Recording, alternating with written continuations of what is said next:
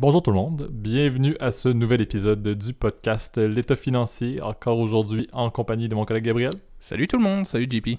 Et qui dit épisode d'aujourd'hui dit notre dernier épisode de l'année 2020 et également le dernier épisode de la saison 1 du podcast L'État financier, le 26e, on vient de se rendre compte de ça, le 26e épisode là, aujourd'hui pour le podcast qui équivaut à une demi-année complète, donc officiellement les saisons sont fixées. Nous allons parler de saison de 26 épisodes qui va nous amener à la fin de la saison 2 à l'été prochain 2021. Ouais. Encore une fois, on l'a dit dans le dernier épisode, là, on ne fera pas relâche bien évidemment. Là, on vous revient dès le 4 janvier, je crois le lundi 4 janvier. Effectivement, pour la saison 2 épisode 1. Exactement, donc il n'y aura pas d'arrêt, donc on ne se permet pas de pause. Encore une fois, on le fait toujours avec un grand plaisir. Là, donc c'est le dernier épisode de la saison, mais qui dit dernier épisode dit pour la 26e fois. Amorçons ça avec Gabriel et le disclaimer. Et effectivement, le disclaimer qu'on n'oubliera pas. Puis pour notre dernier disclaimer de l'année, n'oubliez pas toujours, comme toujours, évidemment, les propos qu'on engage aujourd'hui dans l'état financier n'engagent que nous. Il s'agit vraiment que de notre opinion personnelle, entre guillemets, pour discuter de différents sujets. Il s'agit en aucun cas d'une recommandation officielle de placement. Prenez contact avec un spécialiste si vous avez des questions sur votre situation financière personnelle. Voilà. Exactement. Donc, commençons pour la dernière fois de l'année au son de la cloche. Parfait. Donc, cette semaine, un sujet, encore une fois, qui reste dans notre thématique là, plus récente là, à parler là, de compagnies, analyser un petit peu des compagnies ou analyser, comme on le faisait également dans le passé, là, des épisodes que vous appréciez beaucoup sur des espèces de scandales. Et c'est un sujet que Gab m'a proposé, donc je vais te laisser introduire le sujet d'aujourd'hui. Oui, sachant que c'est un espèce d'hybride en fait entre les deux, entre une analyse d'une compagnie, puis une analyse en fait, c'est ça, d'un scandale, parce que c'est un peu les deux. Le sujet que je voulais vous parler cette semaine, c'est la compagnie Herbalife. Est-ce que tu te souviens d'un peu, c'est peut-être pas la compagnie la plus connue qu'on ait faite, comment dire, dans le podcast, mais elle est pourtant, c'est un monstre, là, cette entreprise-là. Effectivement, au niveau du marché canadien, là, on la connaît un peu moins. Là. Je sais que c'est une marque, une bannière qui est quand même assez connue aux États-Unis. Là. Je sais que tu l'avais trouvé toi-même. Là. C'est une compagnie qui fait du sponsoring, entre autres, là, d'entités, là, dont le Galaxy Los Angeles, si je ne me trompe pas. Là. Oui, et Cristiano Ronaldo, je crois, au niveau des personnalités. Donc, ça montre un peu l'ampleur, là, juste par le branding. C'est une compagnie qui est quand même assez importante. Ces opérations, par contre, sont vraiment ce qui est intéressant. C'est ce que tu veux, introduire probablement au début, là, avant d'embarquer sur tout le sujet. Mais c'est ça, c'est une compagnie un peu particulière. Là. C'est un beau lien avec un autre sujet qu'on avait déjà parlé, là, qui a une forme pyramidale, si on peut dire. Ouais, 4 milliards de chiffre d'affaires. Je pense que j'avais ressorti les chiffres. 250 millions de bénéfices en 2019, pardon. Puis de nombreux partenariats, dont tu l'as bien mentionné avec le fameux CR7. Et oui, Herbalife, c'est ça. C'est une entreprise qui principalement vend des produits, des compléments alimentaires ou des espèces de repas liquides en fait. Je sais qu'ils ont été connus pour leur espèce de smoothies là, aux fraises, là, etc. Qui sont en fait en poudre, vous rajoutez de l'eau, puis c'est fait donc, du coup pour les athlètes, pour le fitness, etc. Dit comme ça n'a pas l'air très alléchant. Pour jamais les avoir goûtés, je peux pas vous le dire, ça n'a pas l'air très bon. je dois non, effectivement, mais c'est une industrie, si on peut dire, qui a quand même beaucoup de besoins. Là. C'est dans le monde sportif et le monde, le lifestyle 2020, là, on dirait que le fait de mettre des poudres diététiques dans tout ce qu'on mange à chaque jour prend toute sa pertinence. Donc, effectivement, Herbalife avait une certaine position assez majeure dans ce grand monde là, de la santé du corps. Ouais, c'est ça, c'est le leader mondial, en tout cas dans ce segment-là. Puis Herbalife, comment dire, c'est ça, ils sont vendus dans plus d'une centaine de pays là, désormais. Peut-être vous ne les connaissez pas, c'est pour ça que j'ai dit que c'était... parce que c'est pas encore quelque chose de très grand public. C'est comme si je te disais Nestlé. Ben, évidemment, tout le monde connaît Nestlé. Herbalife, c'est quand même, entre guillemets, énorme. Donc oui, ils sont connus pour ça, mais ils sont connus aussi, malheureusement, pour une mauvaise raison. C'est que Herbalife, contrairement à la plupart, en gros, des entreprises de retail, par exemple, j'ai cité Nestlé pour l'agroalimentaire, ils ne vendent pas leurs boutiques en magasin. Ils ne font uniquement de la vente à travers en fait un réseau de distributeurs indépendants, commissionnés évidemment sur chacune des ventes qu'ils font, qui fonctionnent en fait avec un espèce de réseau. Donc en gros, vous pouvez non seulement vendre des produits, mais vous pouvez inviter, quand vous êtes distributeur indépendant, et je dis bien inviter, parce que c'est là toute la subtilité, de nouvelles recrues, en fait, pour recruter. Ça ressemble beaucoup à, si vous avez eu ça dans les années 90, là, c'était plus les mères de famille qui faisaient ça, là, les fameux Tupperware, si tu te souviens de ça, JP, là. Ouais. On vendait ça avec t'avais les madames qui faisaient les démonstrations. C'est le même système pour Herbalife. Je sais que c'est un milieu, puis ça, on va pouvoir justement parler un peu de ton expérience, toi, JP, parce que je sais qu'on en avait déjà parlé là, par le passé. Tu le sais, comment dire, quand on avait commencé à travailler en fait dans le milieu financier, on recevait aussi beaucoup, comment dire, d'invitations d'entreprises justement qui font de l'initiation comme ça, justement avec des systèmes, là on dira pyramidaux là pour le coup. L'exemple le plus probant qui fonctionne entre guillemets encore une fois avec ce système-là, c'est la Primerica. C'est aussi une compagnie d'assurance vie.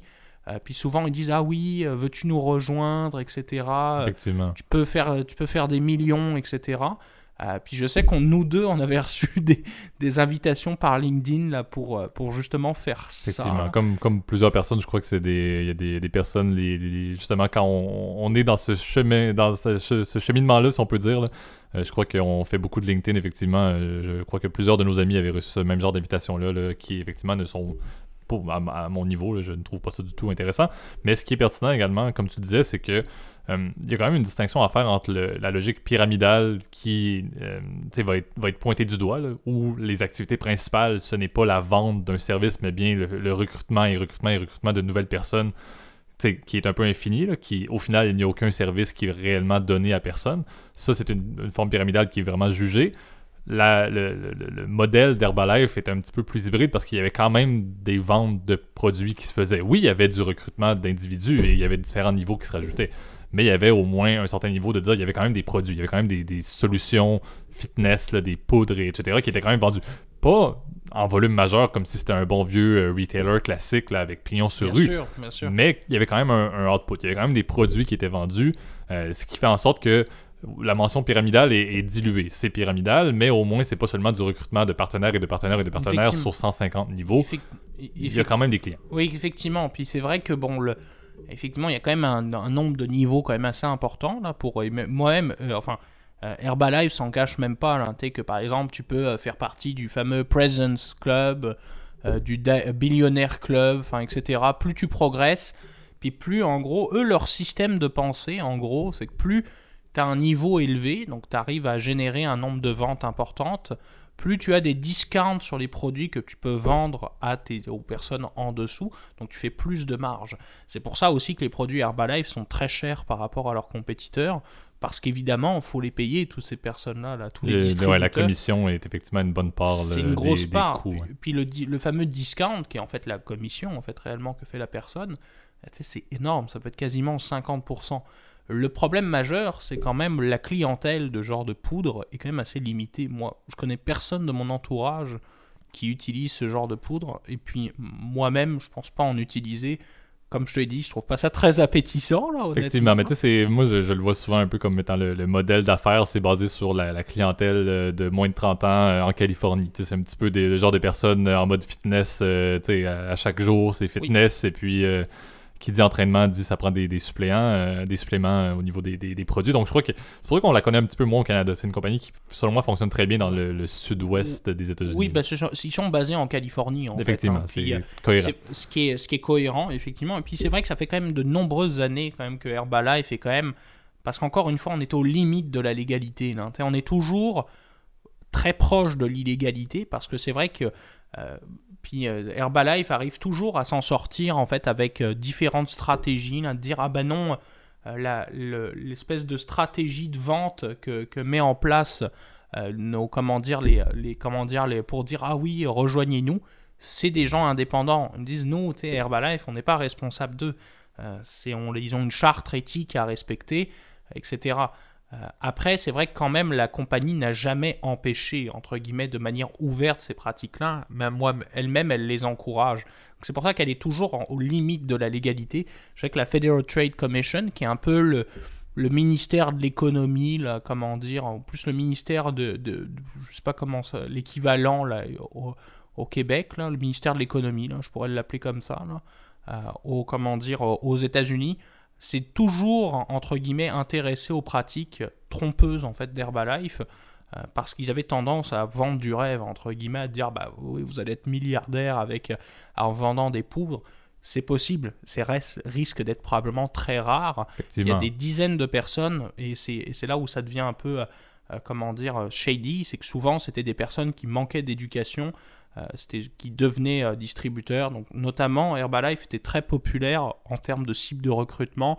Justement, des gens qui ne sont même pas alphabétisés, souvent aussi des immigrés clandestins aux États-Unis, donc notamment des immigrés latinos aussi, qui étaient particulièrement ciblés. Herbalife, de manière transparente, disait « Ah oui, on est très fiers de notre diversité », alors qu'en réalité, c'est juste que c'était un peu des attrape-couillons. Effectivement, puis c'est un peu... ça fait un lien un petit peu avec les épisodes précédents qu'on a fait, dont celui, justement, où on parlait d'Airbnb dans la semaine passée, parce que Herbalife prend justement une position un peu chapeau, dans le sens où ils montrent que eux, ce qu'ils font, c'est ils ont les produits, ils ont la structure, mais ce qui se passe réellement au niveau des opérations, ils s'en lavent un peu les mains, ils s'en délient. Donc, ils créent un petit peu la forme pyramidale, mais disent indirectement que c'est pas vraiment eux qui la mettent en place. Eux ont vraiment plus le chapeau, la marque, le branding, les produits, mais peut-être pas nécessairement les opérations même qui sont un petit peu les travailleurs autonomes, entre guillemets, là, qui sont affiliés à la marque. Et c'est justement cette introduction-là sur la compagnie qui amène un peu le vif du sujet d'aujourd'hui, là, qui est le débat, le clash qu'a eu deux grands noms le clash de milliardaires, on pourrait le surnommer. Effectivement, j'allais dire des personnes qu'on apprécie. Je peux pas vraiment me positionner sur le fait qu'on les apprécie, mais qu'on a, si on peut dire, apprécié, étudié lors de notre passage à l'université. Là, c'était encore une fois un cas d'école, comme on en parle souvent. Là, donc, ce sont deux grands noms de la finance et des marchés américains qui se sont clashés sur ce titre-là. Et je vais laisser Gab, encore une fois, peut-être introduire un petit peu les deux protagonistes, les deux personnages, et un peu la compréhension de leur position et de pourquoi est-ce qu'ils ont pris cette position-là par rapport à la compagnie. Je vais défendre le premier, donc je vais présenter le premier, on va dire, investisseur qui s'est présenté dans ce cas-là, qui s'appelle M. Bill Ackman. Alors Bill Ackman, c'est un milliardaire, premièrement américain, là, il gère un fonds qui s'appelle Pershing. Alors Pershing Square, c'est un fonds de plusieurs milliards de dollars, c'est un fonds en gros de private equity, donc c'est des gens c'est des très riches investisseurs qui mettent leur argent ensemble, puis qui font des opérations de financement ou d'acquisition assez complexes. Notamment, c'est des opérations de privatisation, etc. Ce qu'a fait Bill Ackman dans ce moment-là, puis les opérations qu'on vous parle, ça date de 2012, c'est que publiquement, il a dit, écoutez, on sait qu'il y a 73% des gens qui perdent de l'argent en devenant distributeur Herbalife. Je décrète que c'est un système de Ponzi. Peut-être c'est un peu exagéré, hein, un Ponzi, il y a quand même des différences entre un Ponzi pur, comme tu l'as dit, JP, et le système Herbalife, qui est quand même une espèce d'hybride. Puis il nous dit, bon bah écoutez, ce que je vais faire, c'est que je vais vendre à découvert pour $1 milliard de l'action. Vendre à découvert, c'est le contraire d'acheter. C'est-à-dire que si l'action perd en valeur, vous gagnez de l'argent. Donc le principe est assez simple, c'est qu'en gros, je vais te donner un exemple, par exemple, si on était entre nous, JP. Imaginons que tu possédais 100 actions, je sais pas, de Procter & Gamble, par exemple, qui est la marque de Head & Shoulders, etc. Là. Moi, maintenant, je veux gagner de l'argent si le titre perd de l'argent. Donc, ce que je vais faire, JP, c'est que moi, je vais t'emprunter tes 100 actions Procter & Gamble, puis je vais te promettre de les rendre dans quelques mois plus tard. Pour te les emprunter, je vais payer évidemment des intérêts, parce que je te dois évidemment te donner ton argent avec des intérêts. Pendant ce temps-là, moi, ce que je vais faire, je vais immédiatement vendre l'action, puis je vais la racheter plus tard pour te redonner les titres. Donc là, ce que je vais faire, c'est ça, c'est que je vais te le donner, mais la seule compensation que je vais te donner en contrepartie, c'est les intérêts. Exactement, et que tu vas me rendre 100% des unités, 100% des actions que je t'avais prêtées. Puis comme tu as dit, c'est une position qui est un peu axée, puis tu l'as bien introduit avec la position de Ackman, qui était vraiment basée sur le fait que lui voyait la compagnie descendre, voyait la valeur de la compagnie baisser au niveau des marchés. Même, de toute manière, lui était publiquement en train d'essayer de faire une mention pour que la compagnie presque fasse faillite, entre guillemets. Encore une fois, je pousse un petit peu sa réflexion, mais il attaquait tellement publiquement les opérations et la structure de la compagnie avec des termes qui sont quand même assez majeurs. Lorsqu'on compare un système de Ponzi, On pense à des Madoff de ce monde, c'est pas des choses qui sont mineures. Oui. Madoff est en prison, là, donc il disait que c'était d'ailleurs le plus grand système de Ponzi après Madoff. Hein. C'était vraiment ouvert. Puis il faut se dire quand même que Bill Ackman, c'est pas n'importe qui. Là. Il est déjà multimilliardaire. Sa fortune personnelle elle est établie par... Puis là, je me cite avec Forbes en 2020, était estimée à un peu plus de 2 milliards de dollars, là, personnellement. Donc ça, c'était sa valeur nette. Puis c'est quelqu'un qui a mis dans énormément d'entreprises que vous-même connaissez. Un bon exemple, moi, que j'ai, par exemple, c'est... il avait acheté à une époque Tim Hortons, je ne sais pas si... qui est notre espèce de... Un fleuron canadien dans le monde du café bas de gamme. C'est un peu notre Starbucks cheapos canadien. Effectivement, qui est moins connu pour son café que pour ses beignets absolument savoureux et remplis de sucre. Qu'on dira donuts pour nous, pour mes compères. Effectivement. Donc, googlez Timbits pour votre information. Une belle découverte si vous venez au Canada. Voilà. Une source d'énergie rapide pour vous garder éveillé toute la journée. Ça, je vous le confirme, avec la quantité de sucre qu'il y a là-dedans. Mais ça, c'est un autre sujet. Ça, c'est un autre sujet. Mais c'est vrai, effectivement. Puis, c'est vrai que Ackman, bon, alors ça, c'est l'exemple Tim Hortons, il a possédé aussi une des chaînes importantes comme Barnes & Noble, qui est une chaîne, c'est un peu comme la Fnac en version américaine, etc. Puis, comment dire, donc c'est sûr que quand vous avez Ackman qui va vendre votre stock, vous pouvez avoir peur. D'ailleurs, la direction de Herbalife s'est même pas cachée. Elle a dit que c'était un menteur, c'était un salopard. Là, exactement. Vraiment, il s'est fait critiquer. Il y a eu un gros impact sur la place publique. Puis justement, comme tu disais, ça a été fait, cette vente-là a découvert à un prix de 40$ l'action, si je ne me trompe pas. Et la valeur boursière par la suite au niveau du site, non, c'était pas ça. C'était 80 et puis ça a baissé, ça a quasiment perdu 50% en fait. Donc c'est vrai que ça a été, comment dire, pas mal la débrandade à ce moment-là. Là.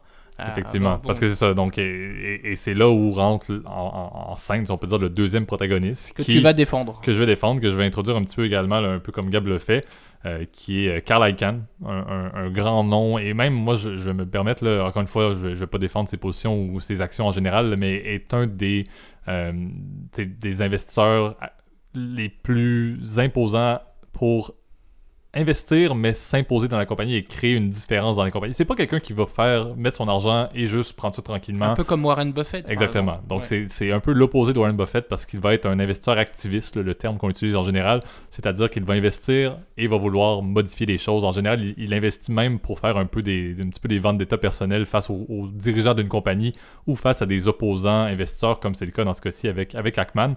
C'est un peu le Cristiano Ronaldo du, comment dire, un peu du trading sur la street, alors que notre ami Warren Buffett, c'est Lionel Messi. Exactement. Pour vous donner le niveau un peu, là. Exact. Donc, Icahn, comme Gab, tu l'as sorti 5 milliards là, de fortune personnelle. Donc, encore une fois, un poids lourd là, dans le monde de l'investissement américain. Et effectivement, lui, ce qu'il a fait, c'est qu'il a profité justement de la chute initiale là, du prix, comme Gab l'a dit. C'est passé de 80$ à 40$ après justement la vente à découvert là, de Ackman. Et encore une fois, c'est sorties publiques fréquentes là, qui a lieu dans les mois suivants. Et ce qu'il a décidé de faire, M. Icahn, c'est de dire je vais mettre la même position, mais en achat à 40$ l'action. Et donc, on avait d'un côté quelqu'un qui, quelques semaines au préalable, avait vendu à découvert 1 milliard. Et là, on a quelqu'un d'autre qui arrive et qui investit l'opposé exactement en termes de valeur par rapport à l'opposant. Donc, on a deux personnes qui tirent, si on peut dire, dans deux côtés complètement. Un qui est Ackman, que tu as mentionné, qui voulait que ça crache. Et c'est là où, justement, moi, ce qui m'a inspiré, en fait, justement, l'épisode d'aujourd'hui, c'était le fameux... Il y a un documentaire qui est sorti il y a quelques années, justement, sur cette espèce de clash de milliardaires, parce que c'est vrai que ça a été comme des confrontations, les mecs s'insultaient, en fait, clairement, on disait... Bill, comment dire, si t'étais la dernière personne sur la Terre, j'aimerais même pas investir avec toi, etc. C'était vraiment... Effectivement, mais c'était très public, c'était un peu c'était des soap operas sur les marchés. Il y avait CNBC, je crois que tu m'avais mentionné, qui avait fait une entrevue avec les deux, puis aussi il y avait une phrase célèbre. Icahn avait dit quelque chose comme...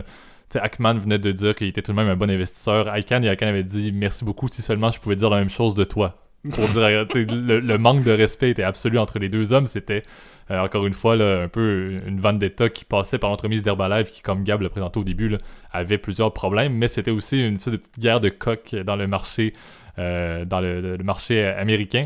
Et le dénouement a été quand même assez intéressant, si on peut dire, pour l'un et très peu intéressant pour l'autre, parce que je vais te laisser faire la mention, mais Herbalife existe toujours aujourd'hui. On est en décembre 2020, donc vous vous doutez un petit peu de qui a pu gagner entre Ackman, qui voyait la fin de la compagnie, a fait une position pour que ça plante, en conséquence que ça allait planter. Moi, je défends le Robin des Bois, encore une fois. Absolument, et Icahn, qui à l'opposé avait une occasion assez énorme, qui au final va lui avoir rapporté beaucoup d'argent, si on peut dire, et je crois qu'il est très heureux du coup qu'il a fait, en plus d'avoir pu montrer sa dominance, on peut dire, sur Ackman dans ce dossier-là.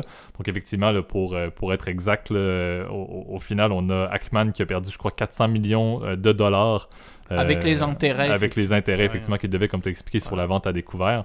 Sur cette transaction-là unique, lorsqu'il a dû, effectivement... Qu'il a fait 100, alors que notre ami Icahn a fait, 100%, il a fait x2 sur ce coup-là. Puis dites-vous que le fonds de Icahn Enterprise aussi, il a donné beaucoup de cash aussi à ses investisseurs. Parce que, encore une fois, ces gens-là, non seulement ils ont une fortune personnelle, mais ils ont des fonds privés, etc. C'est des mecs brillants, etc. C'est sûr qu'aujourd'hui, Ackman, il sort perdant de l'opération, mais disons que je pense que publiquement, c'est lui le gagnant de l'affaire, étant donné quand même, il a révélé au monde entier, en fait, ce scandale, puis je dirais quand même ce système vraiment shady là, du marketing pyramidal. Là. On en a parlé avec Primerica, là, puis il y en a plein, là, des systèmes pyramidaux aux États-Unis. Moi-même, j'ai un bon gars que je connais, là, qui était ma promo aussi, qui est tombé dans ce genre de truc. Puis aujourd'hui, il s'en remet toujours pas. Là. Il nous a avoué, il n'y a même pas un an, qu'il n'avait jamais fait d'argent avec ça. Pourtant, il se montrait avec les grosses voitures, etc. Ah, tu peux devenir riche, etc. Lui, il était dans le savon, Kiani exactement s'appelle. Là. Puis tout ça, c'est des systèmes, entre guillemets, qui sont shady, puis des pratiques sont shady. On va dire Ackman, quand même, entre guillemets, il était bien content, entre guillemets, de dévoiler, effectivement, tout ça, là, peut-être dévoiler, entre guillemets, parce que lui, il avait un intérêt financier. Absolument. Mais je trouve que, entre guillemets, lui, encore une fois, il joue un peu le Robin des Bois, là, des petits contre les méchants, etc. C'est pour ça que je le défends aujourd'hui, là, à ma manière. Là. Absolument. Donc, effectivement, très bon sujet, encore une fois, pour le dernier au son de la cloche de la saison 1. Encore une fois, on va maintenir un petit peu la même stratégie, là, mais lisez là-dessus, encore une fois. Ce qui est intéressant sur ce que tu as proposé, c'est justement, on a quand même parlé ou effleuré la logique des systèmes de Ponzi là, ou des systèmes pyramidaux, mais il y en a qui restent opérationnels et légales, et c'est le cas d'Herbalife, qui jusqu'à preuve du contraire ont des opérations qui sont tout à fait normales, donc allez lire là-dessus un peu plus, un beau cas, effectivement, d'étude. Puis lire, effectivement, écouter le documentaire, donc Betting on Zero, vous pouvez le trouver pour des peanuts, comment dire, sur Google Film, ou je pense qu'il y a aussi sur iTunes aussi en location, là je pense à 2 ou 3 balles. Là. Sinon il y a d'autres manières, mais ça je les recommande pas, c'est votre responsabilité rendue là. Parfait. Donc passons maintenant à Dans vos poches. Excellent. Donc, le sujet de cette semaine, encore une fois, un peu dans le même axe, et on l'avait introduit là, dans l'épisode de la semaine passée. Le but était de rester encore une fois dans un concept, si on peut dire, lié quand même à la finance de marché, mais pour que vous soyez plus apte à comprendre comment est-ce que peuvent être gérés vos fonds, ou comment est-ce que vous pouvez gérer vous-même vos fonds, dépendamment bien évidemment de vos objectifs, de vos intérêts, etc. Et on veut parler en fait du concept de l'analyse technique. Encore une fois, pas de spoiler. En fait, pas de spoiler, pas de surprise parce qu'on l'a on l'avait introduit, je pense, on l'a un peu introduit effectivement la semaine dernière. Donc, l'analyse technique, encore une fois, qui est un concept clé pour juste introduire un peu le fondateur officiellement, c'est Charles Henry Dow qui, et ça je viens de le lire, était également le fondateur du Wall Street Journal. Oui. Puis le Dow, il a donné son nom d'ailleurs au Dow Jones Industrial Average, effectivement. Qui est l'indice historique de la bourse américaine. Absolument, ton indice, on le rappellera chouchou un peu là, en tant que vieil américain que tu es. Voilà. Vous connaissez tout. Absolument. Mais effectivement, je vais te laisser peut-être introduire un petit peu les fondements derrière l'analyse technique, là, sans entrer trop dans les détails. Bon, l'idée de cette semaine, moi, m'est venue il y a quelques jours. J'ai regardé une vidéo d'un YouTuber qu'on ne citera pas, parce que ça sert à rien. Là. C'est plus, moi, ça m'a marqué, où il nous désentait, et le titre de la vidéo, c'était on trade comme des fous, etc. Puis, il montrait en gros qu'il regardait effectivement, il faisait du trading basé en fait sur des graphiques, en fait. De dire, regarde, là, t'as un mouvement ascendant, etc. Cette méthode, entre guillemets, pour effectuer des gains sur les marchés, on appelle ça de l'analyse technique. Donc en gros, l'analyse technique, de manière générale, ça consiste en gros à analyser des prix, des volumes, des performances, etc., pour tirer des projections sur l'avenir. L'exemple le plus simple que je peux avoir, c'est que souvent les techniciens, parce qu'on les appelle comme ça, ou les chartistes aussi en anglais, comme on les surnomme, parce qu'on appelle ça le chart analysis en anglais, ils se basent en fait souvent sur des patterns, genre par exemple des figures. Les plus connus, c'est des triangles, c'est des supports, donc des espèces de courbes, etc., qui vont dessiner sur un graphique. Et ils vont dire, écoute, basé là-dessus, basé sur sur le volume, basé sur telle ou telle figure, bah ça représente un courant ascendant ou descendant. Alors c'est très basé, en gros, c'est ça, sur de l'interprétation de différents signaux de marché, et c'est censé, en théorie, effectivement, pouvoir permettre de faire de l'argent, en fait. Exactement. Donc, c'est basé sur, justement, le fondement là, que le passé, entre guillemets, est garant du futur. Donc, le fait que d'être en mesure, justement, comme tu as dit, de repérer par l'entremise de différentes techniques là, qu'on va pouvoir effleurer là, très brièvement, qu'on est capable de pouvoir, justement, fixer le fait que le pattern qui s'est répliqué pendant plusieurs fois dans le passé, ben, si on est capable de l'identifier au préalable, que ce pattern-là soit complété, on est capable d'avoir une opportunité de faire du rendement, comme tu l'as mentionné. Là. C'est quand même assez... Moi, ce que je trouve intéressant dans l'analyse technique, c'est que c'est probablement la manière la plus, entre guillemets, colorée de voir un graphique financier. Là. Pour vous donner une idée, là, si vous décidez de sortir un graphique sur les sites classiques, là, les Yahoo Finance de ce monde, et que vous activez les différentes options d'analyse technique, ça vous fait quand même un graphique qui est assez intéressant à regarder et à analyser. Il y a beaucoup d'informations possibles. Ce qui est un petit peu le côté néfaste de l'analyse technique, justement, c'est qu'il y a... Encore une fois, c'est un fondement intéressant. C'est pas un fondement qui, comme on le sait, est véridique. Là. Le passé n'est jamais réellement garant du futur à 100%. Là. Ah oui, donc ça serait trop facile. Exactement. Donc ça, c'est déjà un fondement un peu compliqué. Le deuxième élément un petit peu compliqué également, c'est le fait de dire repérer des formes réelles dans les tendances passées et dans ce qui se produit présentement. C'est très difficile également de bien timer ça et de bien les observer. Et aussi, moi, ce que je trouve un peu particulier comme troisième point, c'est le fait qu'il y a beaucoup, et ça pour les introduire, mais il y a beaucoup de méthodes ou de techniques qui sont mises en place. Il y en a plusieurs qui sont développées. Exactement. Et donc, ça donne des opinions qui sont complètement différentes. Et encore une fois, Gab et moi, on pourrait décider de réfléchir un petit peu et sortir un autre fondement complètement qui serait une nouvelle forme d'analyse technique. Encore une fois, il y a tellement de modèles différents que, encore une fois, ça donne des conclusions qui sont tout à fait distinctes. Moi, comme point négatif que je donnerais aussi, c'est que souvent, l'horizon de réflexion aussi n'est pas vraiment pris en compte. C'est que vous pouvez faire un pattern, par exemple, avec des données journalières ou un pattern avec des données par heure. Là. C'est vraiment basé, en fait, sur différentes sources, en gros. Alors, c'est le premier problème que j'aurais, effectivement, avec l'analyse technique. Le deuxième, je dirais, c'est que, tu l'as bien mentionné, JP, c'est sûr que c'est un support. Et puis d'ailleurs... C'est un support à tel point que c'est des fois utilisé, et je dis bien des fois, c'est là où ça va être intéressant, par des grandes institutions, par exemple des grands fonds de pension, etc., ou des fonds souverains, etc., qui vont utiliser l'analyse technique. Il faut quand même être conscient que l'analyse technique, c'est un outil pour essayer d'obtenir des meilleurs prix, en fait, fondamentalement, mais ça ne se soustrait pas à une analyse fondamentale qui, elle, pour le coup, va véritablement s'intéresser à l'entreprise, parce que vous l'avez bien mentionné, en analyse technique, on ne regarde que les graphiques, on ne regarde que on ne s'est même pas intéressé à la compagnie. Est-ce que c'est quelque chose qui fait de l'argent? Est-ce que c'est sur quelles sont les perspectives de la compagnie. On s'entend que toute la documentation, et ça on en parle souvent, la documentation publique qui est disponible et qui est obligatoire pour une compagnie listée, ça apporte sa valeur ajoutée dans le sens où ça montre souvent les projections de quels sont les plans pour la compagnie. C'est justement l'analyse fondamentale qui permet de venir un petit peu biaiser le fait que le passé d'une compagnie, une compagnie dans laquelle vous allez avoir des opportunités de faire de l'argent quand vous allez investir, va rarement être une compagnie où le passé va être garant du futur. Sinon, c'est ce qu'on appelle entre guillemets un blue chip, là, une bonne vieille compagnie qui fait un petit rendement classique, tranquille, sans surprise. C'est un peu ce que l'analyse technique permet. L'analyse fondamentale va permettre de justement aller chercher un petit peu plus de valeur ajoutée et d'investir dans des compagnies qui ont des perspectives de croissance qui sont beaucoup plus intéressantes que de juste se fier au passé. Voilà, puis la meilleure façon aussi de le visualiser, c'est que pourquoi il y a si peu de chartistes, encore une fois, dans les grands fonds de pension, quand pour le coup, ils sont multimilliardaires, là, ils ont de l'argent, ils ont de l'argent comme personne n'a.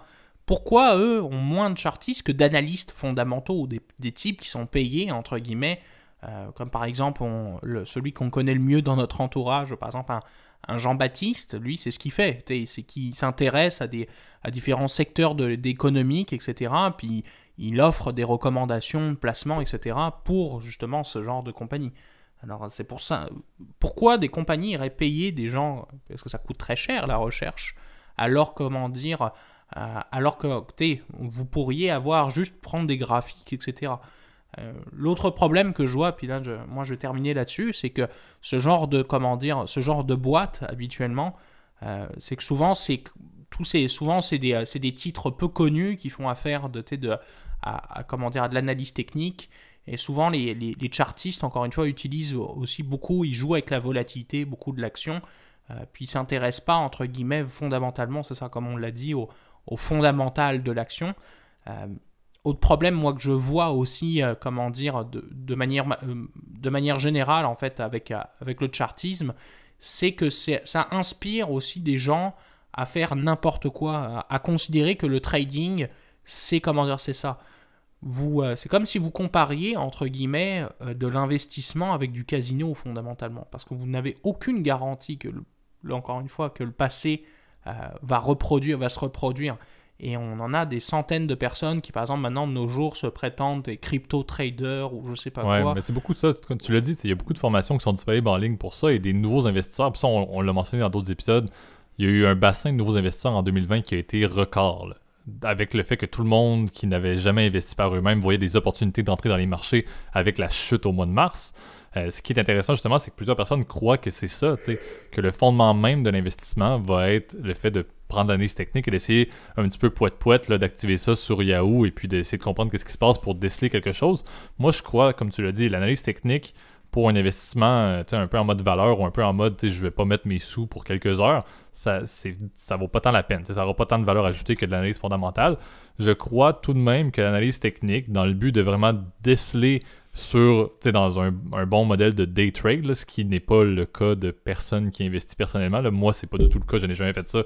Gab, je crois non plus, et c'est pas le genre de choses qui a le temps dans tous les cas de faire ces transactions daily, j'en connais pas. À part des professionnels, en fait, à part des gens des personnes pour leur propre compte. Exactement. Du tout.